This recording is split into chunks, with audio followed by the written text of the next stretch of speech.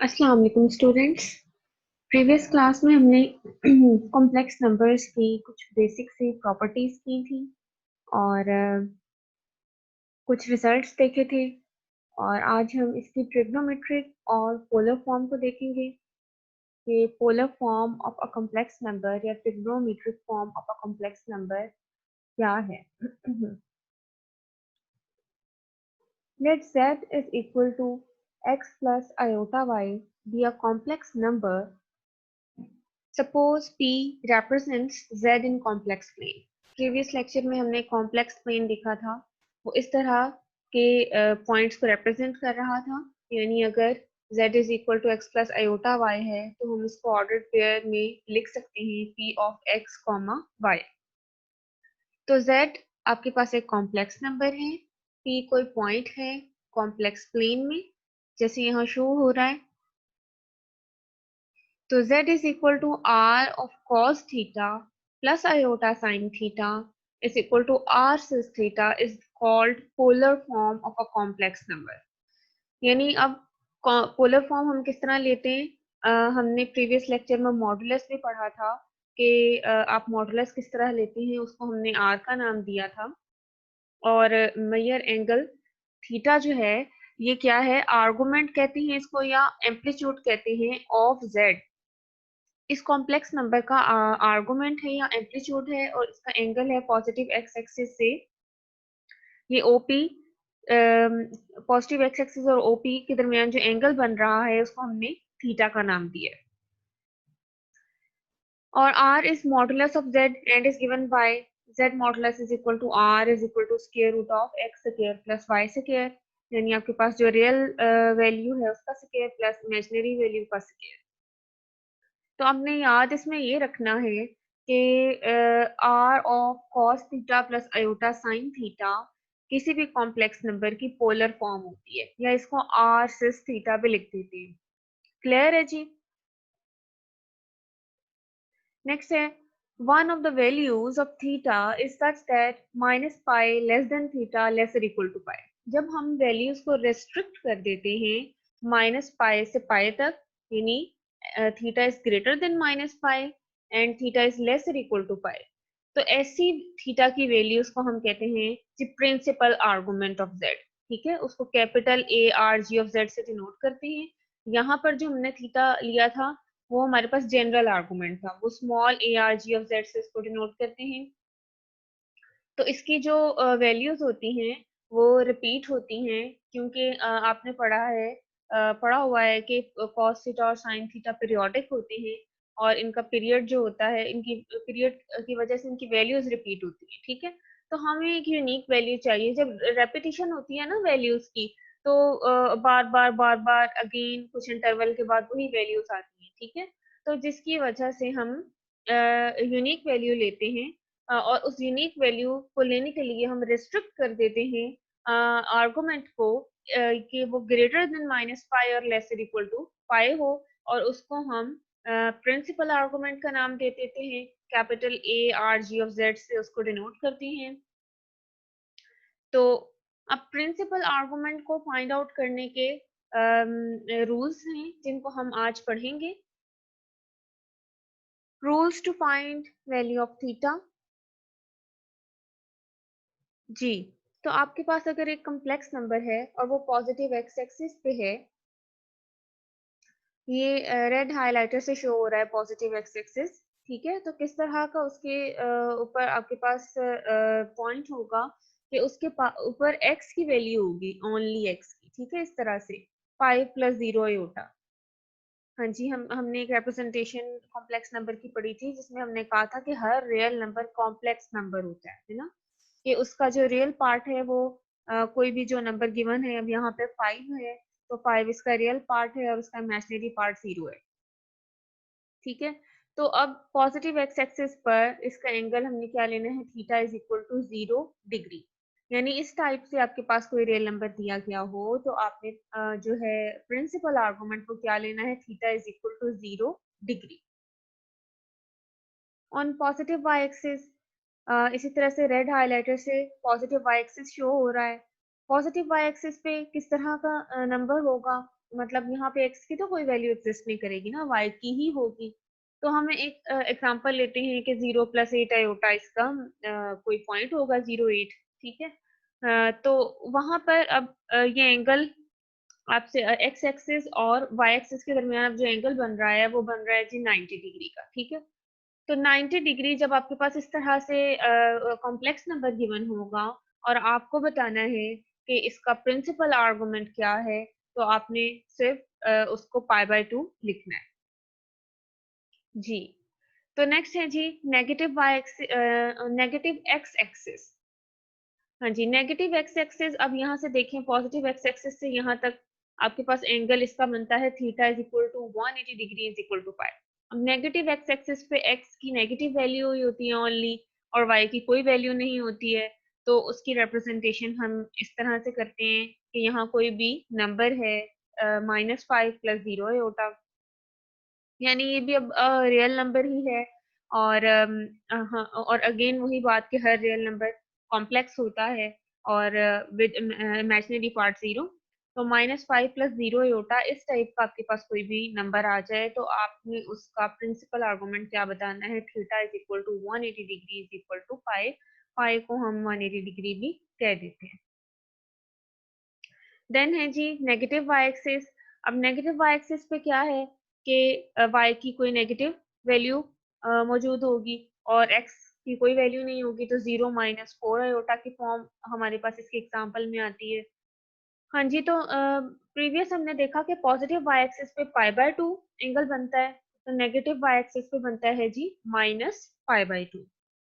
इनको आपने याद रखना है, लर्न करना है अच्छी तरह से, लर्न करके लिख के देखना है, ठीक है, कि किस तरह से कि जब पॉजिटिव आपके पास एक्स एक्सिस आएगा तो आपने थीटा 0 डिग्री लेना है, जब पॉजिटिव वाई एक्सिस आएगा तो आपने थीटा 90 डिग्री लेना है, जब नेगेटिव एक्स एक्सिस आएगा तो थीटा पाई लेना है, जब नेगेटिव वाई एक्सिस आएगा तो थीटा -π/2 लेना है जी। नेक्स्ट हम क्वाड्रेंट्स को देखते हैं। अब तो हम पीछे हमने देखी है ओनली एक्स एक्सिस और वाई एक्सिस, ठीक है, पॉजिटिव एक्स एक्सिस और नेगेटिव एक्स एक्सिस पे क्या है, positive y axis negative y axis पे क्या है। तो अब हम देखते हैं कि अगर कोई कॉम्प्लेक्स नंबर क्वाड्रेंट्स में पड़ा हुआ है तो वहां से हमने प्रिंसिपल आर्गुमेंट की वैल्यू को कैसे फाइंड आउट करना है। इसको आपने गौर से सुनना है और इन फॉर्मूलाज को अच्छे तरीके से याद करना है जो नेक्स्ट अभी बताने हैं और प्रीवियस भी। वरना आपके क्वेश्चन इजीली सॉल्व नहीं होंगे। जब आप बार बार फॉर्मूला ही रिकॉल करेंगे, भूल जाएंगे और बार बार उसको देखेंगे तो क्वेश्चन सॉल्व करना फिर इजी नहीं रहता। तो आपने करना आज के काम में ये है कि फॉर्मूलाज को अच्छी तरह याद करना है ताकि हम नेक्स्ट क्वेश्चन में इनको अप्लाई कर सकें। तो फर्स्ट क्वाड्रेंट में आपको पता है x भी पॉजिटिव होता है और y भी पॉजिटिव होता है, दोनों ग्रेटर देन 0 हैं। यहाँ हमने थीटा लेना है tan इनवर्स y/x। एग्जांपल देख लेते हैं इसकी। z is equals to 1 + iota, here x is equals to 1। अब रियल पार्ट इसका x है और इमेजिनरी पार्ट इसका y है। तो रियल पार्ट क्या है 1 और इमेजिनरी पार्ट भी 1 है। दोनों ही ग्रेटर देन 0 हैं। अगर दोनों ग्रेटर देन 0 हैं तो इसका मतलब है ग्रेटर देन 0 तो दोनों फर्स्ट क्वाड्रेंट में ही हो सकते हैं, एक्स और वाई। इसका मतलब है ये जो कॉम्प्लेक्स नंबर है 1 + आयोटा, ये फर्स्ट क्वाड्रेंट में लाई करता है। नेक्स्ट हम इसका एंगल देखते हैं। Theta is equal to tan inverse y/x। y की वैल्यू भी 1 है, x की वैल्यू भी 1 है, तो tan inverse 1/1 is equal to tan inverse 1। अब tan इनवर्स 1 क्या होता है, आपने टेबल याद किया होगा, वैल्यूज इनकी याद हैं, साइन की, कॉस की, tan की। तो 45 डिग्री पे tan की वैल्यू आपके पास tan और 45 डिग्री 1 होता है, ठीक है। तो tan inverse of 1 is equal to 45 degree. Next है जी सेकंड क्वाड्रेंट। सेकंड क्वाड्रेंट का कैसे हम अंदाजा लगाएंगे, अगर x की वैल्यू आपके पास नेगेटिव है, y की वैल्यू पॉजिटिव है, तो थीटा आपने क्या लेना है, प्रिंसिपल आर्गुमेंट कैसे फाइंड आउट करना है, pi minus tan inverse y/x mod. ठीक है, अब आपने क्या करना है, यहाँ मॉड ले लेना है। एग्जाम्पल देखें। If z is equal to -1 + iota, यहाँ पे x क्या है जी -1, that is less than 0, negative है। y is equal to 1 that is greater than 0 positive है।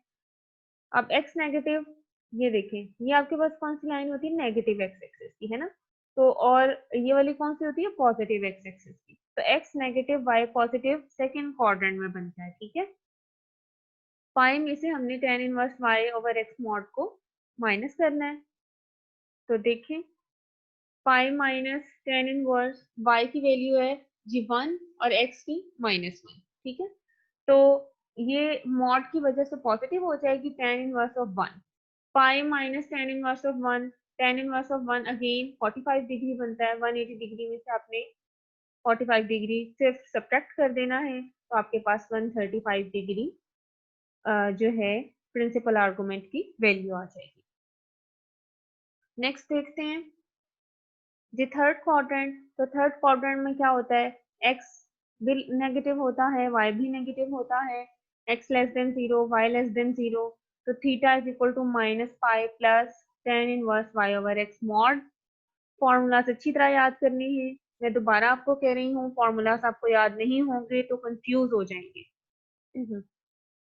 Example z is equals to -1 minus iota square root of 3 इस form का complex number है।